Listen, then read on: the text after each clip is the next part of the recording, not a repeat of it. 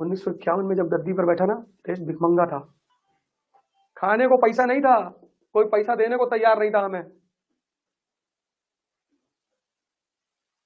और दुनिया के विद्वानों ने भविष्यवाणी कर रखी थी कि ये देश 5 साल से ज्यादा नहीं चलेगा, और उस परिस्थिति में उस आदमी ने इस देश को खड़ा किया।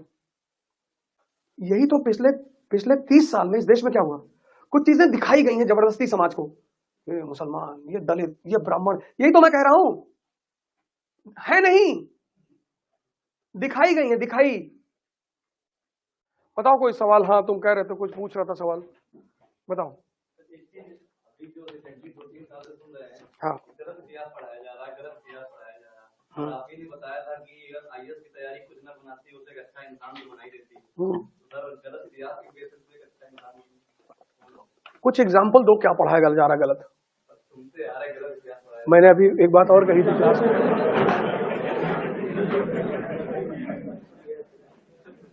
तुम्हारा सवाल अच्छा है, बढ़िया है।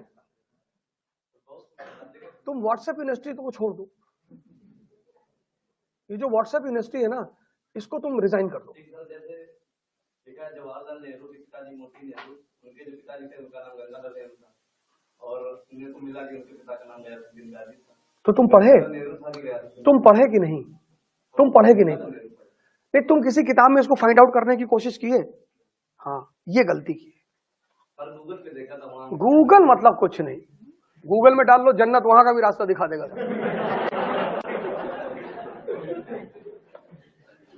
गूगल में क्या ढूंढ रहे हो यार? ऑथेंटिसिटी भी कोई चीज होती है। जैसे अब मैं तुम्हें बात बताऊं, तुम देखो, अब एक बड़ी अच्छी बात तुम्हें बताने जा रहा हूं, गौर करना। जब भी कोई बात तुम्हें पता चले तो तुम उस, हाँ बता दो, बैठ के पूछो, कोई बात। देखो अच्छी बात है, तुम्हें ये सब बातें पता चलेगी कि उनके फादर गियासुद्दीन थे, फलाने थे, धमाके थे। यही तुम्हारे यहाँ पे कानपुर रेलवे स्टेशन पर एक बहुत अच्छा किताब का वो है, शोरूम है, वहां जाओ और नेहरू की वो किताब लेकर आओ, विश्व इतिहास की झलक, 2 वॉल्यूम हिंदी में, तो पढ़ो। पढ़ोगे ना, तुम्हारा सीना एकदम गदगद हो जाएगा। अरे बाप, क्या आदमी। 1951 में जब गद्दी पर बैठा ना, देश भिखमंगा था। कंडीशन देख लोगे ना, ये 1951, ये देश भिखमंगा, बेगर, हम अनाज भीख मांग रहे थे। 2 दुश्मन सामने बैठे हुए थे, एक चीन, एक पाकिस्तान। खाने को पैसा नहीं था, कोई पैसा देने को तैयार नहीं था हमें।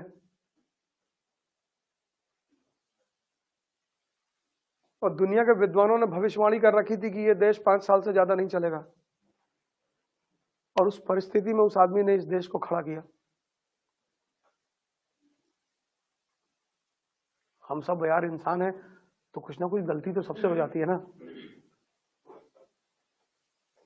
भारत की दशा पढ़ो 1951 में, रोने लगोगे। जब काकोरी कांड हुआ ना,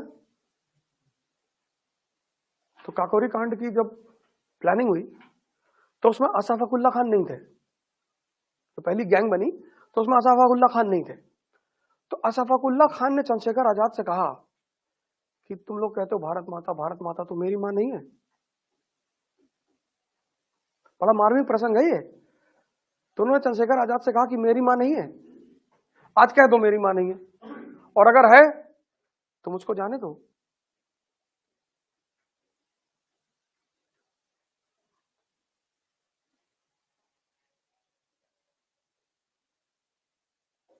और अगर है तो मुझको जाने दो।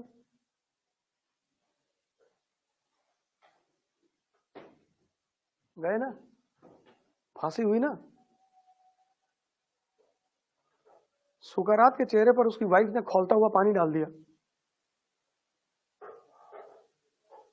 गया, मुंह धुला, दवाई लगाया, आया बाहर, मुस्कुरा रहा था।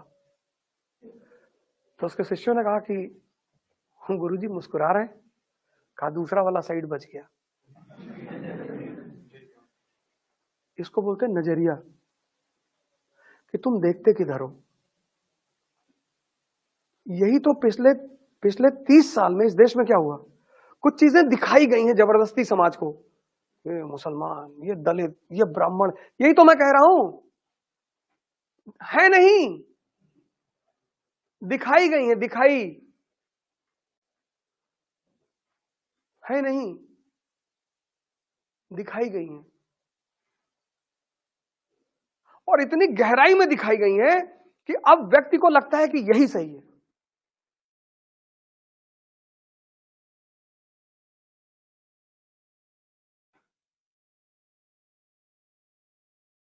जलालुद्दीन मंगबरानी, ये सब नाम नोट कर लेना।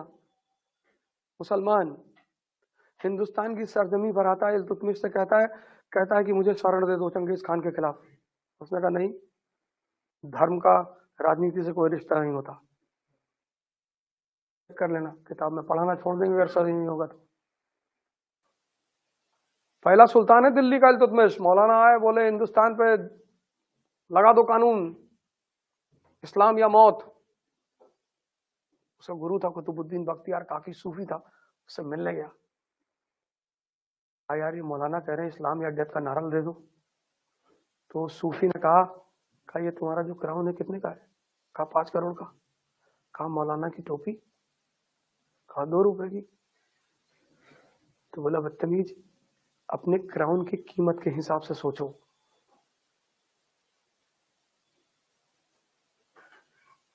वो अलाउद्दीन खिलजी कहता है कि कयामत के दिन मेरे साथ क्या होगा मुझे नहीं पता, मैं वो करता हूं जो मेरी प्रजा के लिए अच्छा है। और कितने एग्जाम्पल देते तुमको। अब्दुल नबी मौलाना थे, यही देवबंद के, अकबर ने पानी में डुबा के मार डाला था।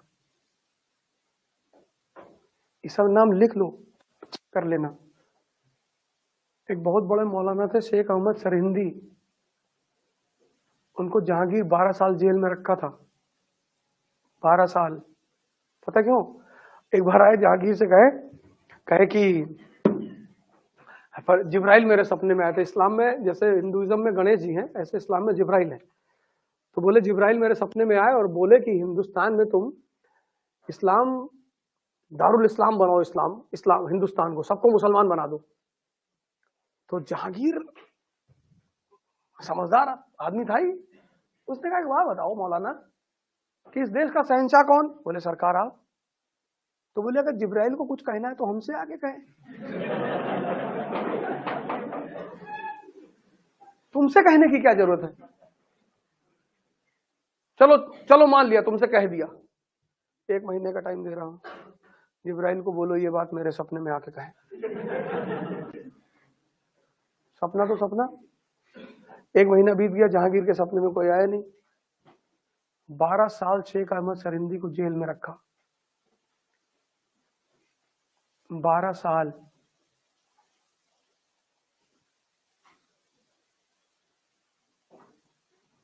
बारह साल